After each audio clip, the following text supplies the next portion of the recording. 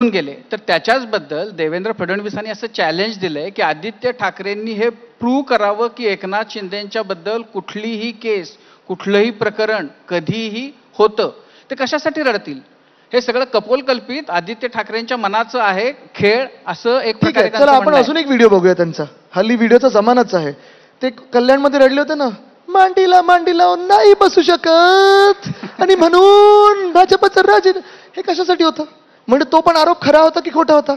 मूळ गोष्ट ही आहे बघा, फडणवीस साहेब काय बोलतायत, मी काय बोलतोय, आदित्य ठाकरे काय बोलतोय की फडणवीस साहेब काय बोलतात, देणं घेणं लोकांना नाहीये. हे 2 महिन्यापासून चाललंय. मूळ गोष्ट ही आहे, फडणवीस साहेबांना आज तुम्ही स्टेजवर परत बोलून पाहिजे तर विचारा.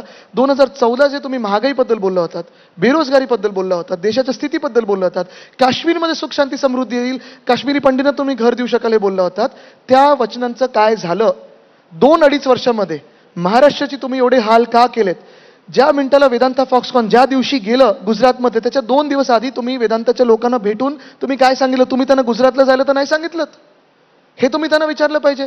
आणि मी तुम्हाला आज पण हे सांगतो, पहिलं तर मी नुसतं घटनाबाह्य मुख्यमंत्र्यांना चॅलेंज द्यायचो. आज मी सांगतो, ह्या स्टेजवर आपण मॉडरेट करा, तिथे तिघांनी बसवा, एक इलिगल सीएम, 2 हाफ DCM ना बसवा आणि चॅलेंज देतो मी एकटा इथे बसीन.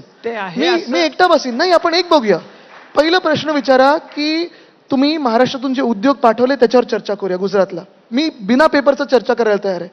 शेतकरी आत्महत्या, कदाचित मी शेतकरी नसीन, या राज्यात एकच शेतकरी असेच ज्यांच्या शेतात 2 हेलिकॉप्टर उतरतात, जे घटनाबाह्य मुख्यमंत्री आहेत आणि 2च वेळा ते शेती करतात, अमावस्येला आणि पौर्णिमेला. मला माहित नाही काय करतात, पण त्यांना विचारूया की शेती बाकीची कशी होते.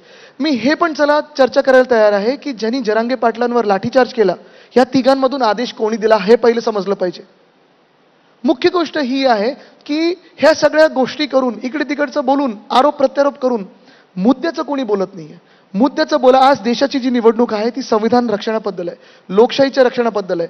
10 वर्षात या महाराष्ट्राला भाजपला मतदान करून काय मिळालं ह्याची निवडणूक आहे. ह्याच्याबद्दल भाजपलाच बोलायला तयार नाहीये. चीनबद्दल बोलायला